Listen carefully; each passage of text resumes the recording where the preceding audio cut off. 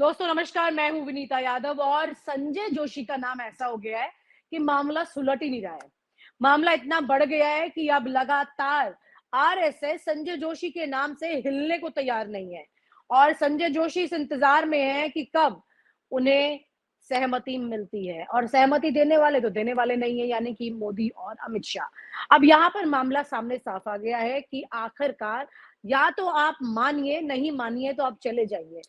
चर्चा इतनी जोरों पर है इस वक्त आरएसएस में कि संजय जोशी के नाम का कब ऐलान हो जाए, इस बात का इंतजार कर रहे हैं तमाम लोग। हमारे साथ चर्चा में जुड़ गए हमारे साथ मृगांक जी और उन्हीं के साथ इस बात की चर्चा को आगे बढ़ाएंगे। मृगांक जी, संजय जोशी की बात बहुत हो रही है, सोशल मीडिया पर तो जमकर हो रही है। टीवी चैनल्स तक तब तक हाथ नहीं लगाएंगे जब तक उनके हाथ कोई कुछ मजबूत कॉन्क्रीट चीज नहीं लगेगी, लेकिन संजय जोशी खुद इंतजार करे कि जल्द अब कुछ हो। घर के बाहर भीड़ भी लगनी शुरू हो गई है। बड़े नेता इंतजार कर रहे हैं कि कोई खलल ना पड़ जाए, सब कुछ ठीक ठाक चलता रहे। मोदी को क्लियरली बता दिया गया है आरएसएस की डील की तरफ से कि भाई आप जल्दी मानिए, नहीं मानिए तो चलते बनिए। तो बहुत सारी चीजें तो हो रही हैं, लेकिन लोग ये जानना चाह रहे हैं कि भाई जो हो रहा है वो यथार्थ में कुछ घट भी रहा है कि नहीं सिचुएशन में। देखिए, मुझे लगता है कि राजनीति के अंदर दो चीज साफ तौर पर दिखाई देती हैं। जिसका कह सकते हैं बिगुल फूंक दिया गया है वो चीज कभी नहीं होती है, और जिसका बिगुल नहीं फूंका गया वो जरूर घटित हो जाती है। और मुझे नहीं लगता कि आरएसएस बड़े ढोल ताशे के साथ जो है जिस तरह से संजय जोशी को लेकर लगातार दिल्ली के दरबारों में खबर बनी हुई है, और लगातार ये कयास लगाया जा रहा है कि अब संजय जोशी ने ज्वाइन किया, कल संजय जोशी ने ज्वाइन किया, परसों संजय जोशी ने ज्वाइन किया। लगातार उनके घर के बाहर भी नॉर्थ एवेन्यू में भीड़ भी खूब अच्छी खासी देखी जा सकती है। और आपको एक वाकया भी बताऊं, अभी कुछ दिन पहले मैंने संजय जोशी मेरे बहुत पुराने मिलने वाले हैं, या कह सकते हैं बहुत पुराने, आप समझ नहीं सकती हैं। तो मैंने उन्हें फोन किया, तो एक तो सबसे खास बात यह है उनकी कि वो पुराने लोगों को पहचानते हैं आज भी। कल वो अध्यक्ष बन जाएंगे वो बात अलग है। तो मैंने उन्हें फोन किया तो उन्होंने कहा कि आप एक काम करो, अभी तो मैं व्यस्त हूँ, 2 बजे करीब आप आ जाओ। और 2 बजे अभी नहीं, मतलब तुरंत मत आइए, अगले हफ्ते में किसी दिन आ जाइए। मतलब साफ तौर पर उनकी व्यस्तता जो है साफ तौर पर दिखाई दे रही है कि वो आजकल व्यस्त चल रहे हैं। राजनीतिक वनवास खत्म होना एक बहुत बड़ी बात है, और उस समय खत्म होना जब आपका धुर विरोधी सत्ता के शीर्ष पे हो और जिसकी मुखालफत आपने एक लंबे समय तक की हो, और उसका एक राजनीतिक वनवास, उसके मुखालफत में आप एक लंबे समय से झेल रहे हैं, वो क्या चाहेगा कि वो खत्म हो जाए। अब इसको दूसरी दृष्टि से, अब इसको आप दूसरी दृष्टि से देखिए। केरल में एक समन्वय बैठक हुई थी, बीजेपी और आरएसएस की एक बैठक हुई थी, और जो खटास लोकसभा चुनावों में पैदा हुई थी, कोशिश ये हुई कि उसको जो है पटाशेप उसका कर दिया जाए, और आरएसएस अब जो बीजेपी में है भागीदारी चाह रही है। संजय जोशी अलग अलग संगठन में अलग अलग पदों पे और संगठन मंत्री के रूप में बहुत अच्छी भूमिका निभा चुके हैं, और बड़े सुलझे हुए व्यक्तित्व के आदमी हैं। और वो कोई हार्ड जिसे कहते हैं ना, हार्ड कोर बीजेपी वाले। आरएसएस में मुझे बस एक अच्छी बात दिखाई देती है, बीजेपी के नेता कुछ भी बयान देते रहे, लेकिन आरएसएस की तरफ से जो बयान आता है वो सोचा और समझा बयान आता है। वो एकदम इतना हार्डकोर नहीं होता जिस तरह से प्रधानमंत्री के भाषण आ जाएंगे कि मंगलसूत्र है या जो माटी है, या इस तरह के जो बयान आते हैं प्रधानमंत्री की तरफ से, या मुजरा या योगी आदित्यनाथ की तरफ से बयान जो आते हैं। आरएसएस के बहुत कम लोगों को आपने बयान सुना होगा, आपने मोहन भागवत को भी सुना होगा, कई और लोगों को सुना होगा। उनके बयान आते हैं सदे हुए होते हैं और बड़े दूरगामी बयान होते हैं, उनको बड़ा सीरियसली ट्रीट भी किया जाता है। और बहुत मुझे लगता है कि बिल्कुल ब्लंट नहीं बोलते। जहां तक बीजेपी का सवाल है, प्रधानमंत्री आज कुछ बोल जाएंगे, 4 दिन तक उसकी चर्चा होगी, 6वें दिन वो भूल जाएंगे। लेकिन जिस दिन हम और आप जैसे पत्रकार बैठेंगे उस दिन चर्चा करेंगे, तब वो प्रधानमंत्री के जो है शब्दों की चर्चा हो शुरू हो जाएगी। लेकिन इतनी चर्चाएं हमने की, कभी आप मुझे ये बताइए कि हमने आरएसएस के किसी बयान के ऊपर बहुत लंबे समय तक चर्चा की हो? तो साफ तौर पर बड़े सुलझे हुए व्यक्तित्व के आदमी है संजय जोशी। 2 नाम चल रहे हैं, बहुत लंबे समय से चल रहे हैं, और मुझे नहीं लगता कि हाल फिलहाल में जब तक 2 राज्यों के चुनाव और नहीं आ जाते तब तक शायद कुछ उसके अंदर होने वाला है। क्योंकि समन्वय बैठक, एक तो संजय जोशी और दूसरे की बात, एक वसुंधरा राजे का नाम चल रहा था, लेकिन उस नाम की जो है वापसी शायद उन्हीं के दरबार से वापसी करा दी गई। संजय जोशी का नाम अभी लगातार चल रहा है, और मुझे जो लग रहा है कि ये 2 राज्यों के जब चुनाव होंगे, हालांकि आरएसएस की तरफ से ये बात सही है कि आरएसएस की तरफ से थोड़ा पुश जो है शुरू हो गया है कि अब राजनीतिक वनवास उनका खत्म किया जाए और उनकी एंट्री कराई जाए। अब एंट्री में जो कयास या दिल्ली के दरबार में लग रहे हैं वो ये है कि बीजेपी में एक पद खाली पड़ा है, उसका नाम है जो है बीजेपी अध्यक्ष का, राष्ट्रीय अध्यक्ष का पद खाली पड़ा है। तो मुझे नहीं लगता कि इतनी आसानी से राष्ट्रीय अध्यक्ष पद के ऊपर आरएसएस का, कभी ऐसा हुआ तो नहीं है कि आरएसएस का कोई कैडर का आदमी बीजेपी अध्यक्ष पद पर जाके बैठ गया हो। ये जरूर होता है कि संगठन जो मंत्री होता है, राष्ट्रीय स्तर का राष्ट्रीय संगठन मंत्री होता है, वो आरएसएस जो है जरूर लेती है, क्योंकि संगठन के अंदर वो काम करती है, ना कि किसी पद के ऊपर वो काम करती है। तो मुझे नहीं लगता कि उस पर जो हवा दी जा रही है कि बीजेपी राष्ट्रीय अध्यक्ष पद पर संजय जोशी को बैठाया जाए, या ये हो सकता है कि आरएसएस पृष्ठभूमि के तो निश्चित रूप से है, बीजेपी में वो लंबे समय से हैं, लेकिन बीजेपी में वो उस तरह से काम नहीं कर पा रहे जिस समय एक लंबे समय से वो काम किया करते थे। तो मुझे लगता है कि उनको जो व्यवस्था मिलने वाली होगी या जो भी आरएसएस की तरफ से दी जाएगी वो संगठन लेवल पे ही दी जाएगी। उसके अंदर आप ये नहीं सोच सकते कि कुछ तो आप कह रहे हैं कि लंबा चौड़ा बीजेपी मिलेगा। का अध्यक्ष बना दें, ऐसा नहीं होगा? नहीं, मुझे नहीं लगता कि ऐसा होगा, लेकिन मुझे ये जरूर, बीजेपी अध्यक्ष पद से ज्यादा, ये यूं समझिए, अध्यक्ष से ज्यादा पावर अगर किसी के पास है तो वो संगठन मंत्री की, राष्ट्रीय संगठन मंत्री की होती है। और मैंने वो चाहे रामलाल जी का समय है या और का समय है, किस तरह से टिकटों का बंटवारा होता है, भागवत जी के अपने हाथ में है। इसके लिए तो मोदी जी और अमित शाह का इंतजार नहीं करना उन्हें। देखिए, ये एक सहमति भी तो होनी चाहिए नाम पे, एक नाम पे सहमति भी तो होनी चाहिए और उसकी एक्सेप्टेबिलिटी भी होनी चाहिए। क्या मैं यही बात कह रहा हूं कि क्या प्रधानमंत्री, बड़ा सवाल, बिल्कुल सवाल आपने जो बात कही है वो बहुत सारी सवाल खड़े कर रही है।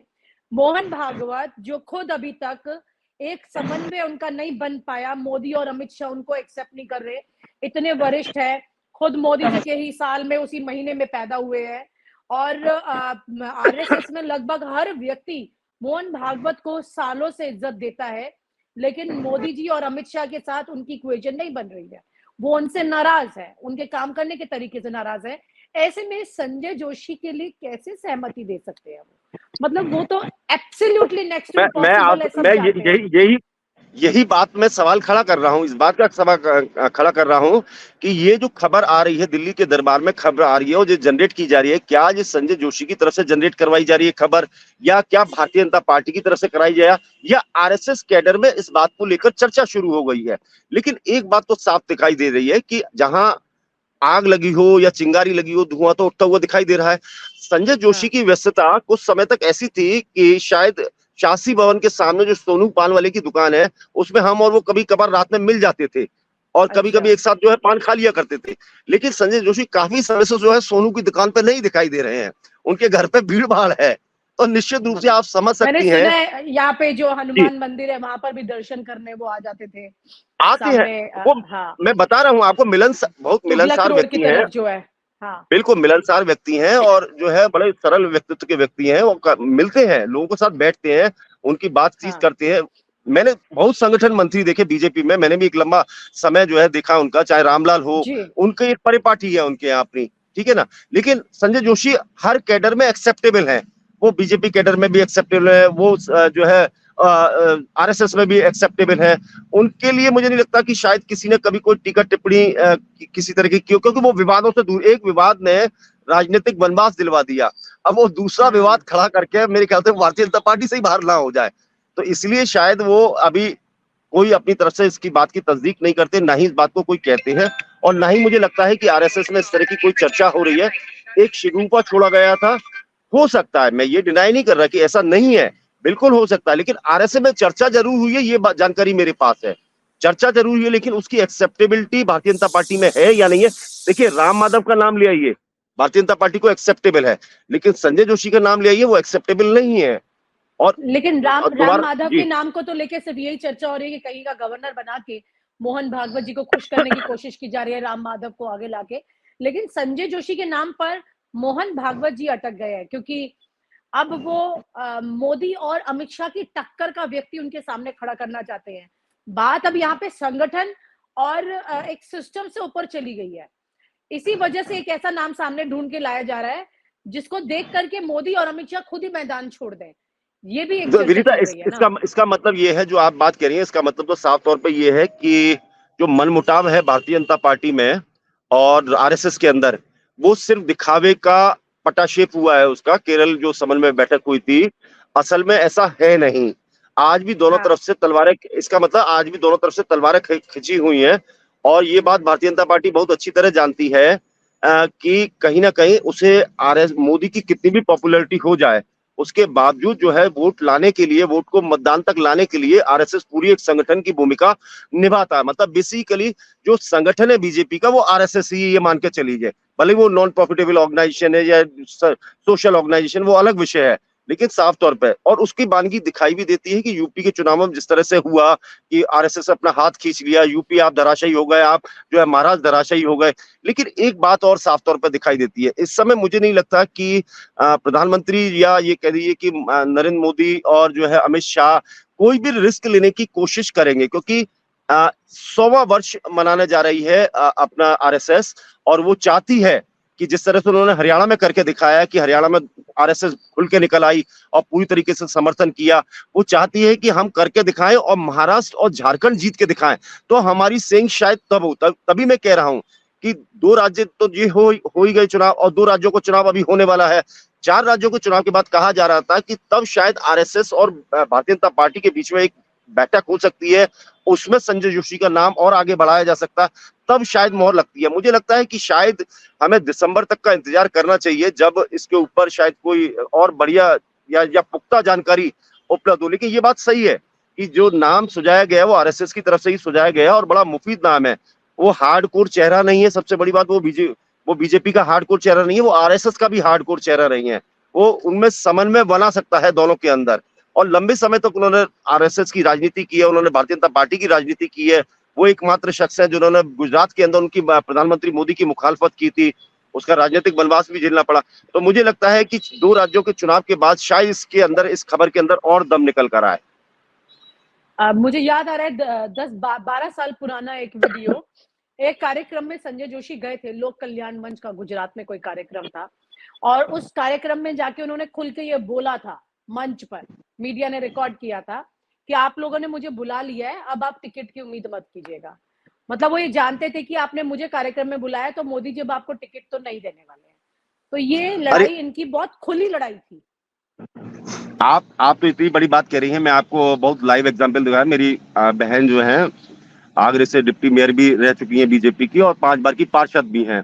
और जिस समय उत्तर प्रदेश में 2017 से पहले चुनाव, 2014 में जब चुनाव हुए थे, सब संजय जोशी, नरेंद्र सिंह तोमर, रामलाल जी थे और विनय कटियार। तो एकमात्र शख्स था जिसने कहा था कि भाई मैंने अपनी तरफ से मोहर लगा दी है, अब आप जाके राजनाथ सिंह से भी मिल लो, आप नरेंद्र सिंह तोमर से भी मिल लो। लेकिन जब नेता, कोई इस कद का नेता जब ये बात कहता है ना कि मैंने अपनी तरफ से मोहर लगा दी और आप उससे जाके मिल लो, तो साफ तौर पे वो कह रहा है कि ये मेरे हाथ में नहीं है। संजय जोशी पहले से इंगित कर रहे थे कि ये मेरे हाथ में नहीं है, जो मैंने कहना था वो कह दिया।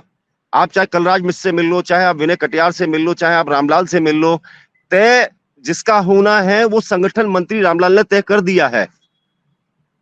मैं बता रहा हूं आपको, भारतीय जनता पार्टी की जो परिपाटी है टिकट बांटने की और उनके चुनाव लड़ने की, मैं उसे बहुत भली भांति समझता हूं और मैंने बहुत क्लोजली उसे वॉच किया है। तो मैं जानता हूं कि टिकट की सही दावेदारी कहां करनी चाहिए आदमी को, बजाय कि डोर टू डोर नेताओं के घर के बाहर। रामलाल के घर के बाहर आके बैठ जाते सब लोग तो शायद टिकट मिल जाती।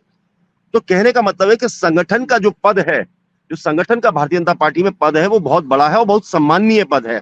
उसे शीर्ष नेतृत्व, अगर वो पद संजय जोशी, जैसा आप कह रहे हैं कि वो पद अगर चला जाता है उनके पास, तो यहाँ तो बहुत बड़ी तलवारें खिंच जाएंगी। इधर से बिल्कुल खिंच जाएंगे, अमित शाह बार-बार कहेंगे ये टिकट देना नहीं, और संजय जोशी कहेंगे टिकट देना है, और मोदी जी को संजय जोशी की बात माननी पड़ेगी क्योंकि वो ओके कर देंगे।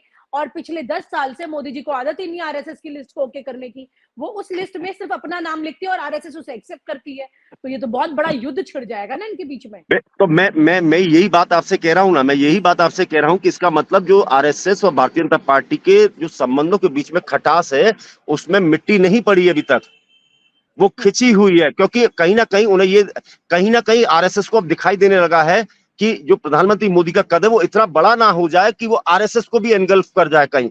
तो उसको चेक्स एंड बैलेंस लाने के लिए संगठन का एक, देखिए संगठन मंत्री तो आएगा तो आरएसएस से ही आएगा। अब सवाल ये है कि वो संजय जोशी आए या कोई और नाम आए, लेकिन जो चर्चा में नाम चल रहा है वो संगठन मंत्री का चल रहा है, क्योंकि आरएसएस ने कभी भी खुल के भारतीय जनता पार्टी के अध्यक्ष पद की दावेदारी नहीं की। उन्हें लगता है कि संगठन का ये मंत्री पद ऐसा पद है जहां से पूरे संगठन में, पूरे देश के संगठन पर नजर रखी जाती है। इसलिए आप देखिए, चाहे प्रदेश का संगठन मंत्री हो, चाहे राजस्थान का हो, उत्तर प्रदेश का हो, वो सब जो है आरएसएस की पृष्ठभूमि के लोग हैं, जिन्होंने एक लंबा समय आरएसएस के अंदर बिताया है। और कहीं ना कहीं आरएसएस को लगता था कि बीजेपी और आरएसएस के बीच में समन्वय के लिए ये एक सेतु है। अगर वो सेतु ही डिस्टॉर्टेड हो तो आप समझ सकते हैं कि आरएसएस के दिमाग में क्या चल रहा है इस वक्त।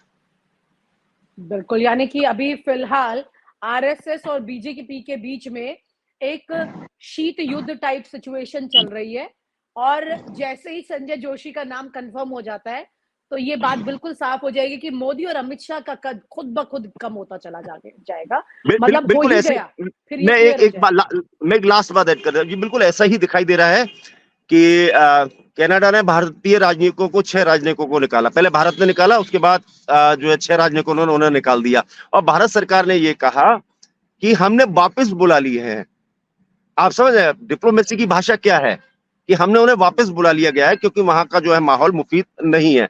तो साफ तौर पे यही स्थिति जो है दिखाई दे रही है भारतीय जनता पार्टी के अंदर और आरएसएस के अंदर।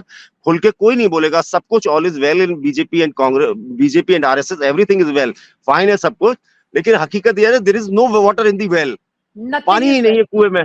बिल्कुल सीधी बात यह है। तो मुझे कहीं ना कहीं लगता है कि वो जी बहुत बहुत दिलचस्प आपके साथ ये बातचीत रही है। उम्मीद करती हूँ कि क्योंकि संजय जोशी के साथ आपके पुराने से जान पहचान रही है और आपके पास और भी सही और जिसे कहते हैं ना राइट इनपुट्स, खुद संजय जोशी भी अभी थोड़े डिलेमा में है कि होने क्या जा रहा है, इसीलिए आपको भी क्लैरिटी इसलिए नहीं होगी क्योंकि खुद अभी मोदी और अमित शाह भी इस चिंता में है कि कहीं ऐसा ना हो किसी भी रात पासा पलट जाए।